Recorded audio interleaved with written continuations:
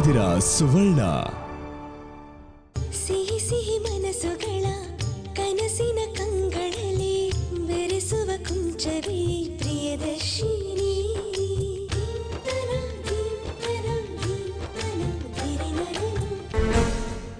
ಎಷ್ಟೇ ಕರೆದ್ರು ಆಸ್ಪತ್ರೆಗೂ ಬರ್ದೆ ರಕ್ತ ಸುರಿಸ್ಕೊಂಡು ಹತ್ಕೊಂಡು ಮನೆಗೆ ಹೋಗಿದ್ದಾರೆ. ನೀನೇನು ಅಂತ ನಮಗ್ ಗೊತ್ತು. ನೀನ್ ತಪ್ಪು ಮಾಡಿಲ್ಲ ಅನ್ನೋ ನಂಬಿಕೆನೂ ನಮ್ಗಿದೆ. ಈಗ ನಾವು ಅವ್ರ ಹತ್ರ ಹೋಗಿ ಸರ್ಕಸ್ ಮಾಡಿ ಅವ್ರ ಹೊಪ್ಸುವಂತ ಅವಶ್ಯಕತೆ ಏನಿಲ್ಲ. ಬಿಟ್ಟಾಕು. ಕೆಟ್ಟ ಮನ್ಸಿರೋರು ಕೆಟ್ಟದನ್ನೇ ಯೋಚನೆ ಮಾಡ್ತಾರೆ. ಅವ್ರ ಬುದ್ಧಿ ಗೊತ್ತಿರೋದೆ ತಾನೆ. ಅದನ್ನೆಲ್ಲ ಮನ್ಸಿಂದ ತೆಗ್ದಾಕಿ ಅಳು ನಿಲ್ಸು.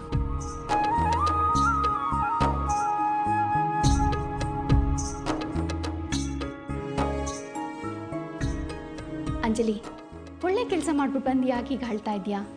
ಈಗ ಅಳ್ತಾ ಇದ್ರೆ ನೀನು ಮಾಡಿದ ಒಳ್ಳೆ ಕೆಲಸಕ್ಕೂ ಅವಮಾನ ಆಗುತ್ತೆ. ಅವ್ರು ನಮ್ಮನ್ನ ಆ ಜನ್ಮ ಶತ್ರುಗಳ ಥರ ನೋಡ್ತಾ ಇದ್ದಾರೆ. ಆದರೂ ಅದು ಯಾವುದನ್ನು ಮನಸ್ಸಲ್ಲಿ ಇಟ್ಕೊಳ್ಳೆ. ಅವ್ರಿಗೆ ಒಳ್ಳೇದನ್ನೇ ಮಾಡಿದ್ಯಾ. ಈಗ ಅಳು ನಿಲ್ಸು. ಹೌದಕ್ಕ, ಹಳೆ ಕಾಲದವ್ರ ಥರ ಸೆಂಟಿಮೆಂಟ್ ಕ್ರಿಯೇಟ್ ಮಾಡ್ಕೊಂಡು ಅಳ್ತಾ ಇದೀಯಾ. ಅತ್ತೆದೇನು ಹೊಸ ಕತೆನಾ? ಹಳೆ ಕತೆ ತಾನೇ. ಹೇಳ್ಬೇಕಂದ್ರೆ 2 ತುತ್ತು ನೀನು ಜಾಸ್ತಿನೇ ತಿನ್ಬೇಕು. ಬಾ ಅಕ್ಕ, ಊಟ ಮಾಡಿವಂತೆ. ನೀನು ಊಟ ಮಾಡಲಿಲ್ಲ ಅಂದರೆ ನಾವು ಯಾರೂ ಊಟ ಮಾಡೋದಿಲ್ಲ. ಅಕ್ಕ, ತುಂಬ ಹೊಟ್ಟೆ ಹಸಿತಿದೆ. ಬಾ ಅಕ್ಕ. ಹೌದಮ್ಮ, ಎಲ್ಲರೂ ಒಟ್ಟಿಗೆ ಕುತ್ಕೊಂಡು ಊಟ ಮಾಡೋಣ ಬಾ.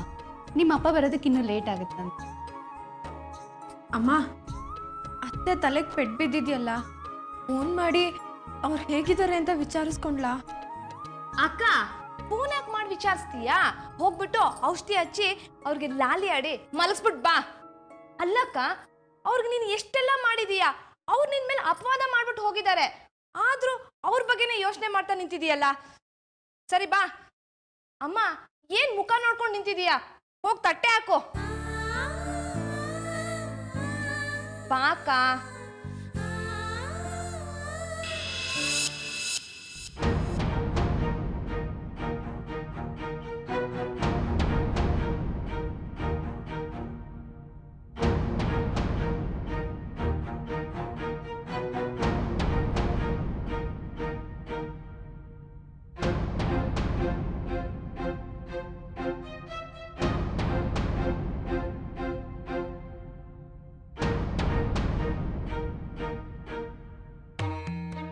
ಡ್ಯಾಡ್, ನನಗಂತೂ ಕಣ್ಣಿಗೆ ಬಟ್ಟೆ ಕಟ್ಟಿ ಕತ್ತಲ್ಲಿ ಬಿಟ್ಟಿರೋ ಥರ ಆಗಿದೆ. ಮುಂದೆ ಹೇಗೆ ಹೆಜ್ಜೆ ಇಡಬೇಕು ಅನ್ನೋದೇ ಗೊತ್ತಾಗ್ತಿಲ್ಲ.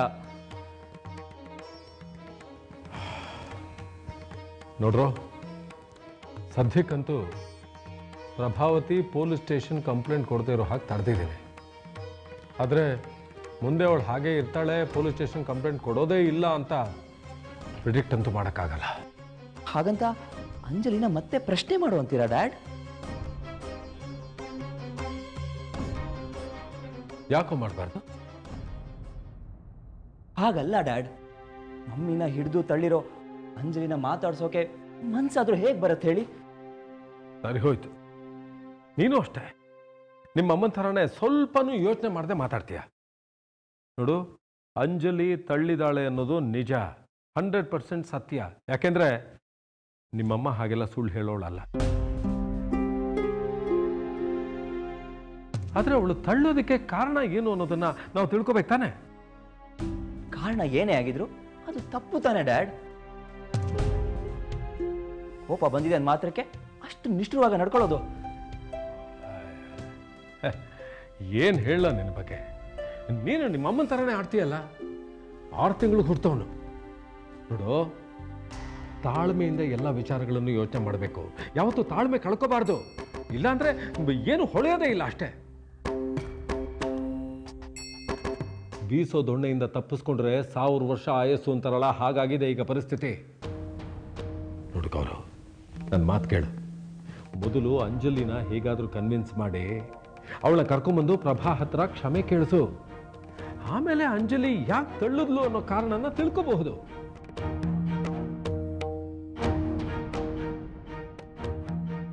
ಇಲ್ಲಾಂದ್ರೆ ನಿಮ್ಮಮ್ಮ ಮಾತ್ರ ಖಂಡಿತ ಕಂಪ್ಲೇಂಟ್ ಕೊಟ್ಟೇ ಕೊಡ್ತಾಳೆ. ಆಮೇಲೆ ನಾವು ಯಾರೂ ಏನೂ ಮಾಡೋಕ್ಕಾಗಲ್ಲ, ನೆನಪಿಟ್ಕೊಳ್ಳಿ.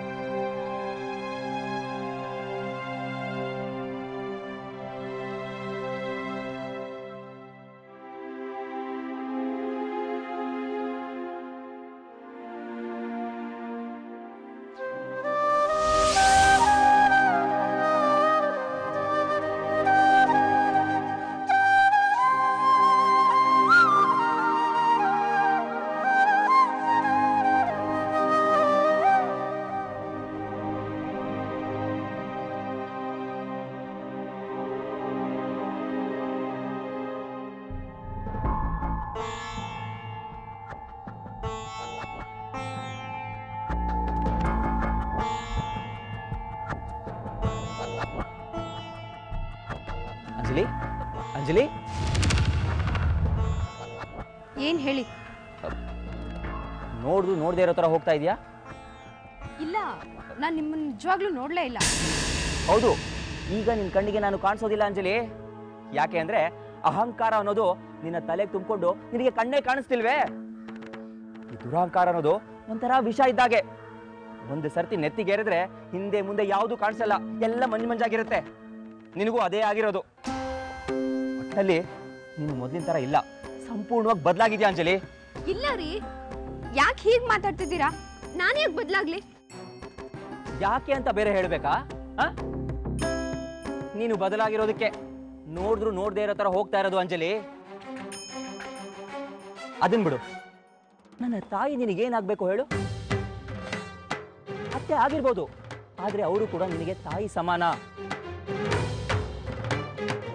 ಅವರು ವಯಸ್ಸಿಗಾದ್ರೂ ಮರ್ಯಾದೆ ಕೊಟ್ಟು ಸ್ವಲ್ಪ ಆದ್ರೂ ಕರುಣೆ ತೋರಿಸ್ಬೋದಿತ್ತಲ್ವಾ? ಅದು ನೀನು ಮಾಡಿದ್ದೇನು ಹೇಳು? ಅವ್ರನ್ನ ಹಾಗೆ ತಳ್ಳಿದ್ಯಲ್ಲ. ನೀನು ತಳ್ಳಿದ ರಪ್ಸಕ್ಕೆ ಅವರು ಬಿದ್ದು ಹಣೆ ಗಾಯ ಮಾಡಿಕೊಂಡು ರಕ್ತ ಸುರಿಸ್ಕೊಂಡು ಮನೆಗೆ ಬಂದಾಗ ಅವ್ರನ್ನ ನೋಡಿ ನನಗೆ ಎಷ್ಟು ನೋವಾಗಿರಲ್ಲ ಅಂಜಲಿ. ಅರ್ಥ ಮಾಡ್ಕೊಂಡಿದ್ಯಾ? ನಿನ್ನ ಮನಸ್ಸು ಯಾಕೆ ಇಷ್ಟೊಂದು ಕಲ್ಲಾಯ್ತು ಅಂತ. ನನ್ನ ತಾಯಿ ನಿನಗೇನು ಅನ್ಯಾಯ ಮಾಡಿದ್ದಾರೆ ಅಂಜಲಿ? ಅವ್ರ ಮೇಲೆ ನಿನಗೆ ಯಾಕೆ ಅಷ್ಟೊಂದು ಕೋಪ? ಉತ್ತರ ಕೊಡು, ಮಾತಾಡು. ನೀನು ಕ್ಷಮಯಾಧರಿತ್ರಿ, ತಾಳ್ಮೆಯಿಂದ ಇರೋ ಹೆಣ್ಣು ಅನ್ಕೊಂಡಿದ್ದೆ. ಇವಳು ಪಿತೂರಿ ಮಾಡೋ ಹೆಣ್ಣು ಅಂತ ಮಮ್ಮಿ ಹೇಳಿದಾಗ್ಲೂ ನಾನು ನಂಬಿರ್ಲಿಲ್ಲ ಅಂಜಲಿ, ನಂಬಿರ್ಲಿಲ್ಲ. ಆದ್ರೆ ಇವತ್ತು ಈಗ ಅರ್ಥ ಆಗ್ತಿದೆ, ನೀನು ಒಳ್ಳೆಯವಳು ಅನ್ಸ್ಕೊಳಕ್ಕೆ ಇಷ್ಟೆಲ್ಲ ನಾಟಕ ಮಾಡಿದ್ಯಾ ಅಂತ. ಒಳ್ಳೆತನದ ಮುಖವಾಡ ಹಾಕೊಂಡು ನಾಟಕ ಮಾಡ್ಕೊಂಡು ಎಲ್ಲರೂ ನಂಬಿಸಿ ಇಷ್ಟು ಕೀಳ್ಮಟ್ಟ ಕಿಳಿತೀಯ ಅಂತ ನಾನಂತೂ ಅನ್ಕೊಂಡಿರ್ಲಿಲ್ಲ. ಮಮ್ಮಿ ಹೇಳಿದ ನಿಜ ಅಂತ ಅರ್ಥ ಮಾಡ್ಕೊಳಕ್ಕೆ ನನಗೆ ಇಷ್ಟು ದಿನ ಬೇಕಾಯ್ತು ನೋಡು. ನೋಡಿ, ನಾನು ಯಾಕೆ ಅವ್ರನ್ನ ಬೇಕು ಅಂತ ತಳ್ಳಿ? ನಾವು ತೆಂಗಿನ ಮರದ ಕೆಳಗಡೆ ನಿಂತಿರೋದ್ರಿಂದ ತೆಂಗಿನ ಮರದಿಂದ ಕಾಯಿ ಬೀಳ್ತಾ ಇತ್ತು. ನನ್ಗೇನ್ ಮಾಡ್ಬೇಕು ಅಂತ ಗೊತ್ತಾಗ್ಲಿಲ್ಲ. ಅವ್ರ ಅದೃಷ್ಟನೋ ಅಥವಾ ನನ್ನ ದುರಾದೃಷ್ಟನೋ, ನನ್ಗೇನ್ ಮಾಡ್ಬೇಕು ಅಂತಾನೆ ಗೊತ್ತಾಗ್ದೆ ನಾನು ಅವ್ರನ್ನ ತಳ್ದೆ. ನಾನು ತಳ್ಳಿದ ಫೋರ್ಸ್ಗೆ ಅವ್ರ ಬ್ಯಾಲೆನ್ಸ್ ಮಿಸ್ ಆಗಿ ತಲೆ ಪೆಟ್ ಮಾಡ್ಕೊಂಡ್ರು. ಅವ್ರ ಎಚ್ಚರ ಆದಾಗ ನನ್ನ ನೋಡಿ ನಾನು ಬೇಕು ಅಂತ ತಳ್ದೆ ಅಂತ ಕೋಪ ಮಾಡ್ಕೊಂಡ್ರು. ನನ್ನ ಹಣೆ ಬರ ಸರಿ ಇಲ್ಲ ಅನ್ಸುತ್ತೆ. ಅಲ್ಲಿ ಬಿದ್ದಿದ್ದ ತೆಂಗಿನಕಾಯಿನ ಕೂಡ ಯಾರೋ ಎತ್ಕೊಂಡು ಹೋದ್ರು.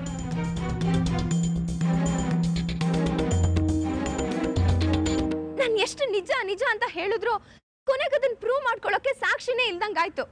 ಅಂದ್ರೆ ನನ್ನ ತಾಯಿ ಸುಳ್ಳು ಹೇಳ್ತಾ ಇದಾರೆ ಅಂತನಾ? ಅಲ್ಲಿಗೆ ನಾನ್ ಸುಳ್ಳು ಹೇಳ್ತಾ ಇದ್ದೀನಿ ಅಂತನಾ? ಅತ್ತೆಗೆ ನನ್ನ ಬಗ್ಗೆ ಗೊತ್ತಿಲ್ಲದೆ ಇರ್ಬೋದು, ಅದಕ್ಕೋಸ್ಕರ ಅವ್ರು ಹೀಗೆಲ್ಲ ಮಾತಾಡಿದ್ದಾರೆ. ಯಾಕೆ ನಿಮಗ್ ನನ್ನ ಬಗ್ಗೆ ಗೊತ್ತಿಲ್ವಾ? ನೀವು ಇದನ್ನೆಲ್ಲ ನಂಬ್ತೀರಾ? ಬೇರೆ ದಾರಿ ಇಲ್ಲ, ನಂಬಲೇಬೇಕು. ಅವರು ತನ್ನ ತಾಳಿ ಮೇಲೆ ಆಣೆ ಮಾಡಿ ಹೇಳಿದ್ದಾರೆ ಅಂದ್ಮೇಲೆ ನಂಬಲೇಬೇಕು ತಾನೆ.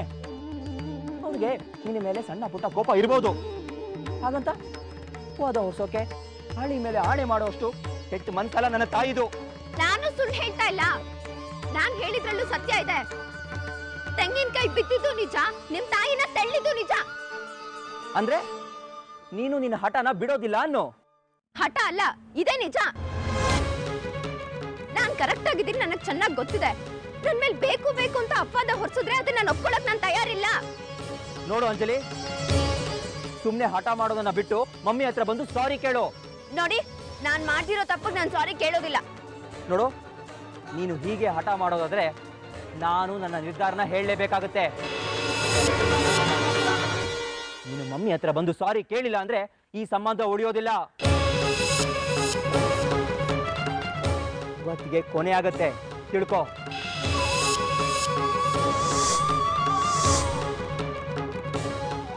ನೋಡಿ, ನಿಮ್ಮೀ ಗೊಡ್ಬೆದ್ರಿಕೆಗೆಲ್ಲ ನಾನು ಎದ್ರಲ್ಲ. ಗಂಡು ಹೆಣ್ಣು ಯಾವತ್ತಿದ್ರು ಒಂದೇನೆ. ಮಾಡ್ದಿರೋ ತಪ್ಪಿಗೆ ನಾನು ಬಂದು ಸಾರಿ ಕೇಳಲ್ಲ. ಕೊನೆದಾಗ ಒಂದು ಮಾತು ಹೇಳ್ತಾ ಇದ್ದೀನಿ ಕೇಳಿ, ನಾನು ತಪ್ಪು ಮಾಡಿಲ್ಲ, ನಾನು ಬಂದು ಸಾರಿ ಕೇಳಲ್ಲ.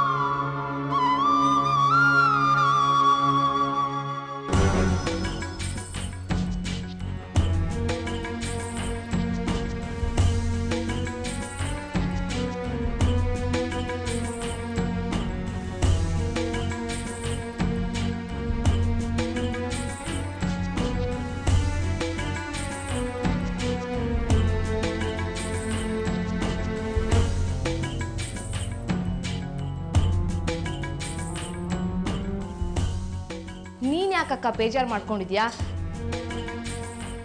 ಸಂಸಾರ ಉಳಿಯೋದಿಲ್ಲ, ಸಂಬಂಧ ನಡೆಯೋದಿಲ್ಲ ಅಂತ ಅವ್ರು ಎಚ್ಚರಿಕೆ ಕೊಟ್ಟ ತಕ್ಷಣ ಅವ್ರ ಬೇಡಿಕೆಗೆಲ್ಲ ನಾವು ಮಣೆ ಹಾಕ್ಬಿಡ್ಬೇಕಾ? ಅವರು ಬೇಕು ಅಂತಾನೆ ಕಾಲ್ ಕೆರ್ಕೊಂಡು ಜಗಳಕ್ಕೆ ಬರ್ತಾ ಇದ್ದಾರೆ. ನಾವ್ ಯಾವುದೇ ಕಾರಣಕ್ಕೂ ಈ ಸಲ ಸೋಲ್ಬಾರ್ದು. ಅದಕ್ಕೂ ಮೊದಲಾಗಿ ಅವಳು ಮಾಡದೇ ಇರೋ ತಪ್ಪಿಗೆ ಅವಳು ಯಾಕೆ ಕ್ಷಮೆ ಕೇಳಬೇಕು?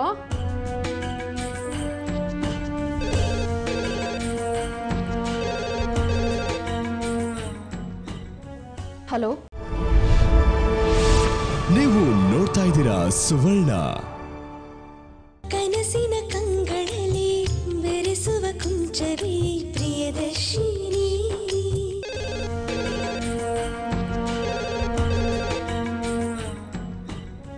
ಹಲೋ ಹಲೋ, ಯಾರು? ವಿಶಾಲಾಕ್ಷಿನಾ?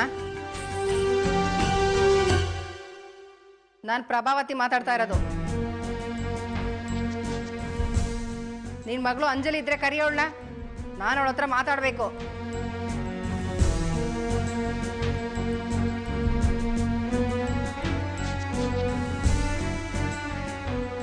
ಏನ್ ಮಗಳು ಅಂತ ಹೆತ್ತಿದ್ಯೋ, ಮಕ್ಕಳು ಬೆಳೆಸೋ ಲಕ್ಷಣನ ಅದು? ಅನ್ಕೊಂಡೆ ಇಷ್ಟೊದ್ಗಾಗ್ಲೇ ನಿಮ್ಮ ಸ್ವಾಭಿಮಾನದ ತಲೆಗೆ ಪಿತ್ತ ಏರಿರತ್ತೆ ಅಂತ.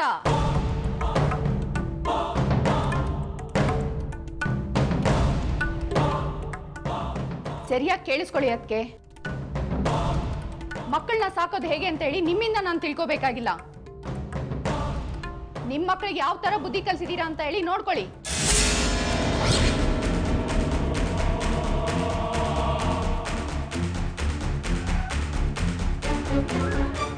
ಇಷ್ಟಕ್ಕೂ ನೀವು ಸರಿಯಾಗಿದ್ದೀರಾ ಅಂತ ಹೇಳಿ ಪ್ರಶ್ನೆ ಮಾಡ್ಕೊಳ್ಳಿ.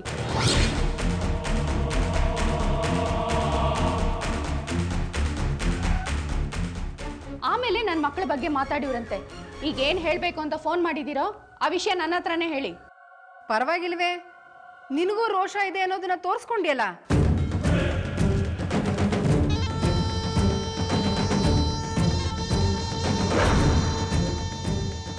ಇದೇ ನನಗೂ ಬೇಕಾಗಿದ್ದಿದ್ದು. ಏನು ಗೊತ್ತೇ ಇಲ್ಲ ಅನ್ನೋ ಮಳ್ಳಿ ತರ ಮುಖ ಇಟ್ಕೊಂಡು ಒಳ್ಳೊಳಗೆ ಮಸಲತ್ ಮಾಡೋ ಉಸಿರು ಒಳ್ಳಿ ಅಲ್ವಾ ನೀನು? ಇದೇ ಬುದ್ಧಿ ನಿನ್ನ ಮಕ್ಳಿಗೂ ಬಂದಿದೆ.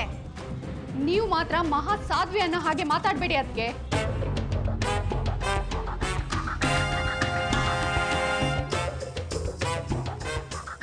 ನಿಮ್ಮ ಮಗನಿಂದ ಶಾಶ್ವತವಾಗಿ ದೂರ ಹೋಗ್ಬೇಕು ಅಂತ ಹೇಳಿ ಒತ್ತಾಯವಾಗಿ ಮಾತಾಡಿದಿರಲ್ಲ, ಅದು ದೇವಸ್ಥಾನದಂತ ಪವಿತ್ರವಾದ ಜಾಗದಲ್ಲಿ. ಅದು ಸರಿನಾ? ಅಷ್ಟಕ್ಕೆ ನನ್ನ ಸಾಯಿ ಅನ್ನೋ ತರ ತಳ್ಬಿಡದ?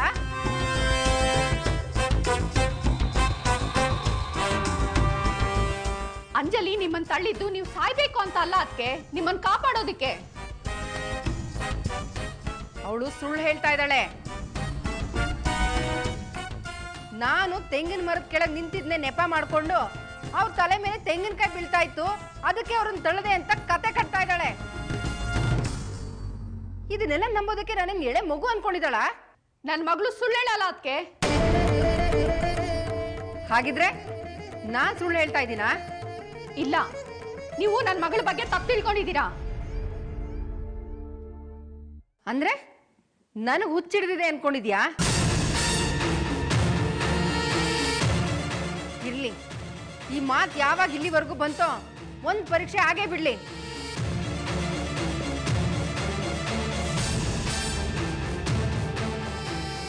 ಸುಳ್ಳು ಹೇಳ್ತಾ ಇರೋದು ನಾನು ಅವಳು ಅನ್ನೋದು ಆ ದೇವಿನೇ ತೀರ್ಮಾನ ಮಾಡ್ಲಿ.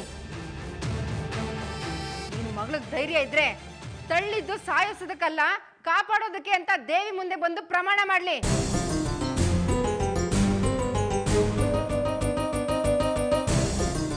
ಯಾಕೆ ಉಸಿರು ನಿಂತೋದಾಗಿದೆಯಲ್ಲ? ಅಷ್ಟು ಧೈರ್ಯ ಇದೆಯಾ ನಿನ್ನ ಮಗಳಿಗೆ? ನನ್ನ ಮಗಳು ಸತ್ಯವಂತ ಸಾವಿತ್ರಿ ಅಂತ ಕೊಚ್ಕೋತಾ ಇದೆಯಲ್ಲ. ನಿನ್ನ ಮಗಳ ಕೈಲಿ ಸತ್ಯ ಮಾಡಿಸೋಷ್ಟು ಧೈರ್ಯ ಏನಾದ್ರೂ ನಿನಗಿದೆಯಾ ಹೇಳು? ಇದೆ.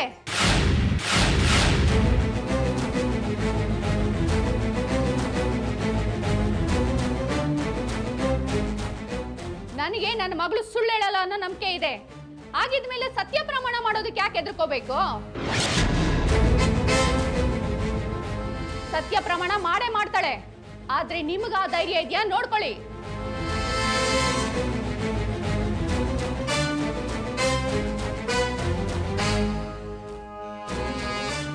ಓಹೋ, ನನಗೆ ಸವಾಲ?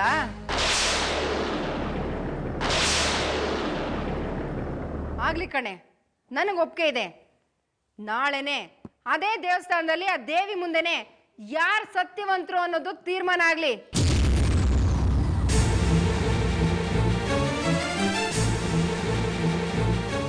ನಿನ್ನ ಮಗಳನ್ನ ಕರ್ಕೊಂಡಲ್ಲಿ ಬಂದ್ಬಿಡು.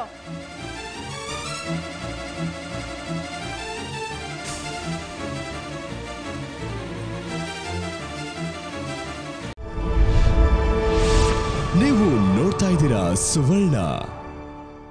ಕನಸಿನ ಕಂಗಳಲ್ಲಿ ಬೆರೆಸುವ ಕುಂಚವೇ ಪ್ರಿಯದರ್ಶಿನಿ. ಪ್ರಭಾ, ಪ್ರಭಾ, ನಿನಗೆ ಸರಿ ಅನ್ಸುತ್ತಾ? ನಮಗೂ ಎಲ್ರಿಗೂ ದೇವ್ರ ಶಕ್ತಿ ಮೇಲೆ ನಂಬಿಕೆ ಇದೆ. ಹಾಗಂತ ದೇವ್ರನ್ನ ಇಂಥ ವಿಷಯಕ್ಕೆಲ್ಲ ಪರೀಕ್ಷೆ ಮಾಡಕ್ ಹೋಗ್ಬಾರ್ದು. ಛೇ, ಯಾರು ನಿನಗೆ ಬುದ್ಧಿ ಹೇಳೋದು? ಅಲ್ಲ, ಸಣ್ಣ ಪುಟ್ಟ ತಪ್ಪುಗಳಿಗೆಲ್ಲ ಹೀಗೆ ಆಣೆ ಪ್ರಮಾಣ ಅನ್ನೋ ಹಂತಕ್ಕೆ ಹೋಗೋದು ನಮ್ಮ ಘನತೆಗೆ ಶೋಭೆ ತರುವಂಥ ವಿಷಯ ಅಲ್ಲ. ಪ್ಲೀಸ್ ಪ್ರಭಾ, ದಯವಿಟ್ಟು ಅರ್ಥ ಮಾಡ್ಕೊ. ಇನ್ನು ಮುಂದೆ ಆದರೂ ಇವತ್ತಿಂದಾನೆ ಇಂಥ ಹುಚ್ಚಾಟನೆಲ್ಲ ನಿಲ್ಲಿಸ್ಬಿಡು ಪ್ಲೀಸ್.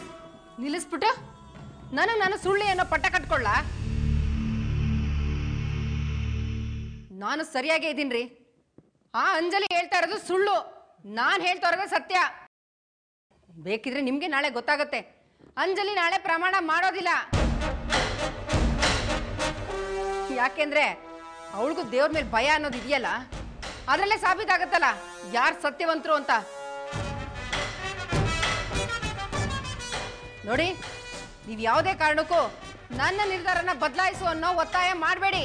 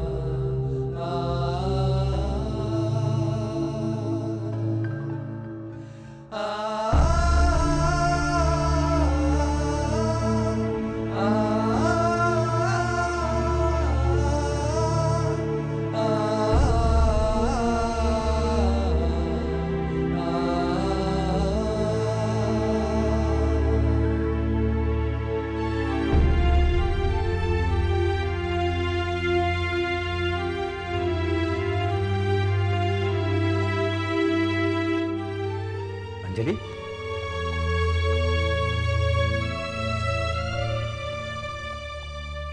ಏನಾಯ್ತಮ್ಮ? ಯಾಕೆಲ್ರೂ ಮೌನವಾಗಿದ್ದೀರಾ?